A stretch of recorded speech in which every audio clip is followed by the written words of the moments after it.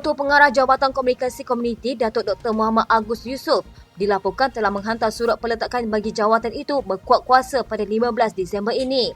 Bagaimanapun menurut sumber, surat berkenaan belum dilihat Perdana Menteri Datuk Seri Anwar Ibrahim yang kini masih berada di luar negara. Muhammad Agus juga difahamkan sedang menghabiskan cuti sehingga tamat tempoh perkhidmatan mengikut tarikh tersebut. Sebelum ini, jabatan itu dipertikaikan kerana gagal memainkan peranan dalam melaksanakan tugas dengan berkesan, terutamanya berkaitan insentif kerajaan kepada rakyat. Ini kerana banyak manfaat dan inisiatif yang diperkenalkan oleh kerajaan untuk membantu rakyat tetapi mereka tidak mendapat sebarang maklumat mengenainya. Justru ada pihak berpendapat supaya pengarah JKOM ditukarkan atau terus membubarkan jabatan tersebut.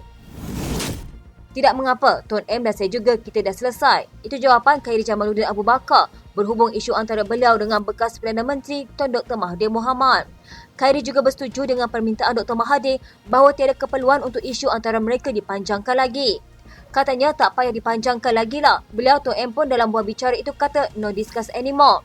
Beliau berkata demikian ketika diminta mengulas rancangan temu buah podcast Keluar Sekejap bersama Dr. Mahathir sebagai tetamu baru-baru ini.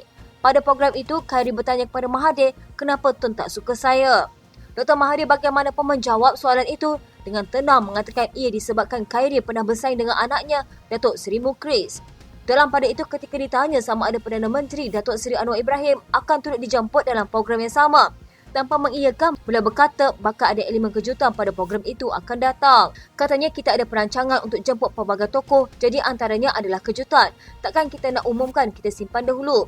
Ada kemungkinan Tun M akan dijemput sekali lagi tapi bukan dalam masa terdekat. Dalam pemilihan UMNO pada Mac 2009, Khairi menewaskan Mukris dan bekas Menteri Besar Selangor, Datuk Seri Dr. Muhammad K. Toyo dalam pertarungan 3 penjuru untuk merebut jawatan Ketua Pergerakan Pemuda UMNO. DAP bersetuju dengan pandangan supaya undang-undang berkaitan lompat parti diteliti semula berikutan terdapat kelompongan dalam Akta Perlembagaan Pindaan nombor 3 2022. Setiausaha Agung DAP Anthony Loke berkata, namun langkah yang sepatutnya dibuat ialah parti sendiri perlu meminda perlembagaan masing-masing.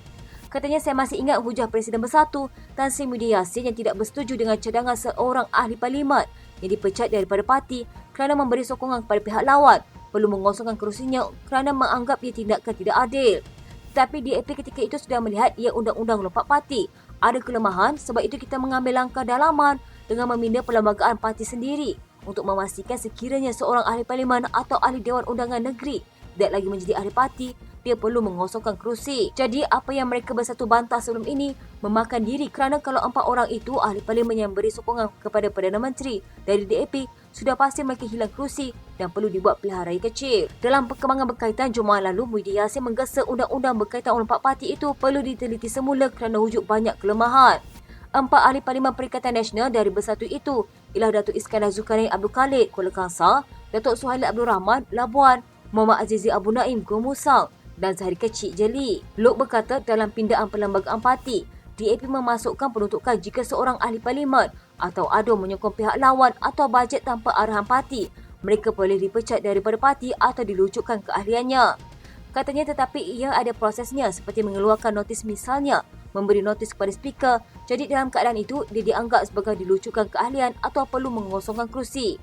DAP adalah parti politik pertama pada September lalu yang meminda perlembagaan parti untuk memasukkan peruntukan itu bagi mengelakkan keadaan-keadaan seperti itu. Katanya pindaan itu dilakukan sejurus selepas pindaan perlembagaan persekutuan diluluskan di Parlimen dan pindaan itu dibawa dalam Kongres khas kerana melihat ada kelompongan seperti ini. Katanya justru cadangan saya Bersatu perlu buat pindaan perlembagaan kalau mereka tidak mahu ahlinya bertindak membelakangkan parti.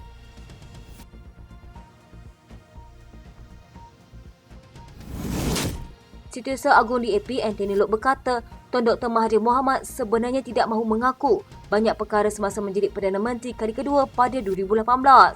Menurutnya, Mahathir tidak ikhlas bekerjasama untuk membentuk pentadbiran baharu pada ketika itu. Sebaliknya mengaku dirinya dan DAP saling mempergunakan satu sama lain. Walhal jelasnya DAP yang ikhlas bekerjasama dengan Dr. Mahathir bagi memastikan wujud satu pentadbiran dan kerajaan yang baru pada ketika itu. Katanya kita mengharapkan Tom M pada usia sebegitu lanjut beliau boleh berubah ketika itu bukan saja nak bersama-sama menumbangkan Barisan Nasional tetapi membawa kepada pembaharuan. Itu sebab pada ketika itu ramai menaruh harapan beliau menggunakan peluang kedua membawa pembaharuan dan kemajuan kepada negara. Dan disebabkan itu pada 2018 ada harapan Malaysia baru. Namun apa yang berlaku sudah menjadi sejarah yang tidak perlu diulas panjang. Banyak perkara beliau tidak mahu mengaku. Contohnya, adakah beliau tidak membelakangi janjinya menyerahkan kuasa dan menggunakan pelbagai alasan seperti langkah syariatan dan sebagainya. Lok berkata demikian ketika mengulas kenyataan Mahathir mendakwa kerjasama dengan DAP didorong oleh keinginan bersama mendapatkan majoriti 2/3 untuk Pakatan Harapan ketika pilihan raya umum Malaysia ke-14. Mahathir yang juga bekas ahli Parlimen Langkawi itu juga berkata, kerjasama dengan DAP pada Mei 2018 itu mengambil kira musuh kepada musuh anda adalah rakan anda. Ahli Parlimen Muar Syed Saddiq Syed Abdul Rahman tidak sepatutnya mengosongkan jawatan sebagai Presiden Ikatan Demokratik Malaysia kerana parti itu masih memerlukan kepimpinannya.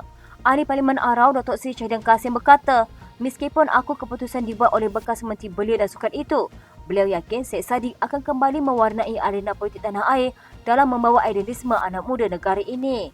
Katanya, saya melihat Syed Saddiq ini mempamerkan satu idealisme orang muda di mana orang muda jika kena hukum dengan secara terhormat terhenti jadi presiden. Tindakan dia bercuti adalah untuk membolehkannya memberi perhatian kepada kes yang dilihat agak berat. Namun begitu bagi saya dia tidak patutlah bercuti sebab kepimpinannya masih diperlukan dalam membawa idealisme orang muda yang mahu melihat satu keadilan sama rata diberi perhatian. Syahidan berkata Syed Saddiq adalah wakil rakyat yang turut memperjuangkan peruntukan sama rata diberi kepada semua ahli parlimen termasuk Blok Pembangkang. Katanya dia memperjuangkan peruntukan sama rata kerajaan dan pembangkang, namun idealisme orang murid itu terpaksa dibuat dengan satu pengorbanan yang besar oleh beliau. InsyaAllah beliau akan kembali kerana dia masih muda dan tiada masalah untuk dia terus berada dalam arena ini. Kami Perikatan Nasional menyokong beliau, malah saya sendiri menyokongnya. Pada Khamis lalu, Syed Saddiq diperintahkan oleh Mahkamah Tinggi menjalani hukuman penjara 7 tahun, 2 kali sebatan dan denda 10 juta ringgit selepas didapati bersalah atas tuduhan pecah amanah, salah guna wang dan pengubahan wang haram dana Angkatan Bersatu Anak Muda Parti Pribumi Bersatu Malaysia.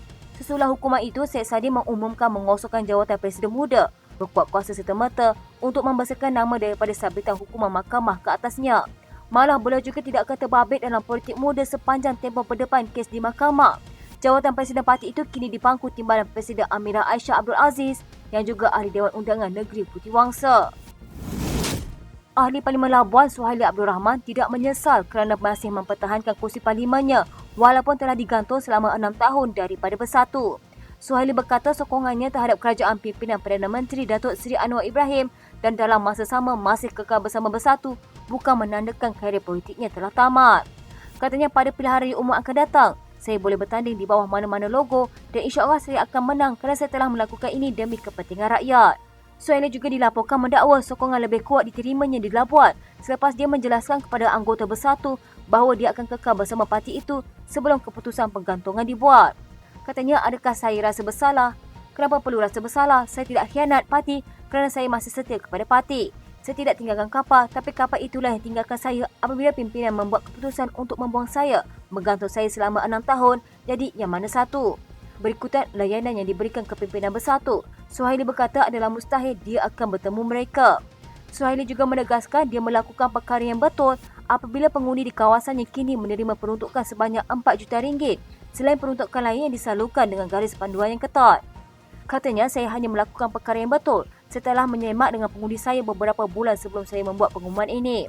Saya beritahu mereka apabila tamat tempoh 12 bulan daripada tarikh saya dipilih dan jika saya masih belum menerima peruntukan, saya akan menyokong kerajaan demi peruntukan itu.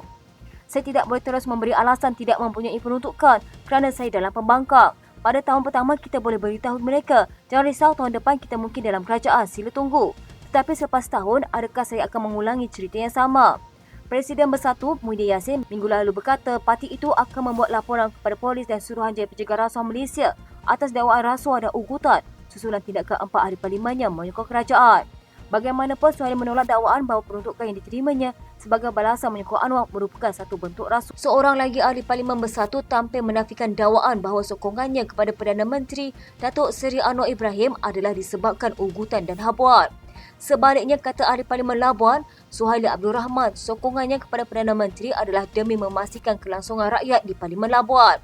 Katanya, saya ahli Parlimen Labuan ingin menafikan sekeras-kerasnya berkaitan dakwaan Ketua Armada Bersatu Malaysia, Wan Ahmad Faizal Wan Ahmad Kamal di satu sidang akhbar yang dibuat di Dewan Rakyat.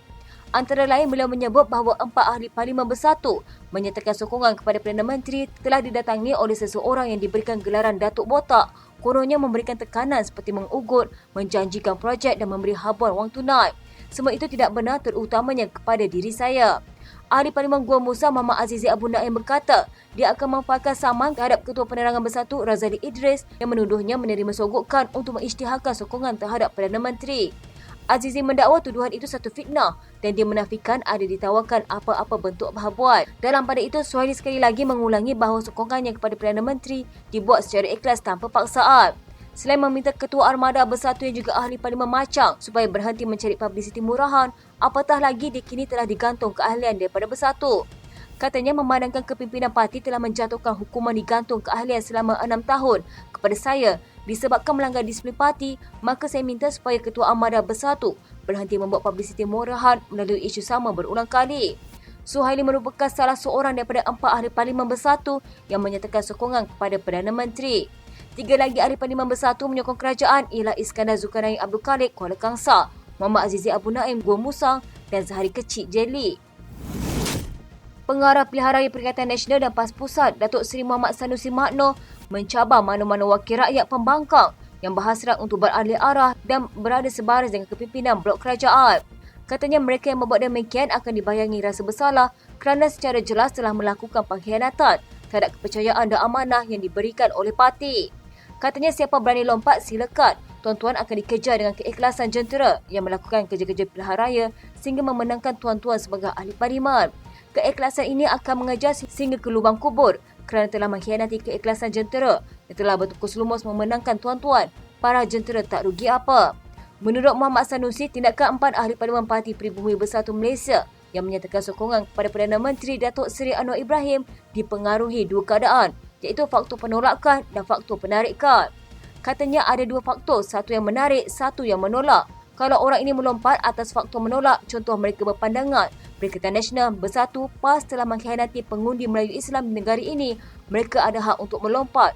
Kerana itu dipanggil faktor menolak mereka pergi. Tetapi sepanjang pengetahuan kita dari November 2022 hingga November tahun ini belum ada tindakan PN di peringkat negeri atau persekutuan yang boleh dikategorikan sebagai mengkhianati Islam dan Melayu sehingga melainkan mereka ini menolak sehingga pergi kepada parti lain. Mengulas lanjut, beliau berkata terdapat faktor penarikan yang dipercayai mempengaruhi ahli parlimen berkenaan untuk beralih menyokong blok kerajaan. Katanya pertama mereka ditahan peruntukan setahun sekitar 4 juta ringgit untuk melakukan khidmat di kawasan masing-masing. Maka mereka kehabisan wang untuk meneruskan khidmat di kawasan mereka. Atas kesempitan itu ada faktor yang menarik mereka apabila ada tawaran. Bila ditawarkan segelas air kepada musafir yang sedang kehausan, tentulah dia pergi untuk minum air itu. Dalam pada itu, Muhammad Sanusi menyifatkan dosa yang lebih besar ditanggung oleh mereka yang bertindak menyikat peruntukan ahli parlimen dan memancing dengan peruntukan-peruntukan berkenaan.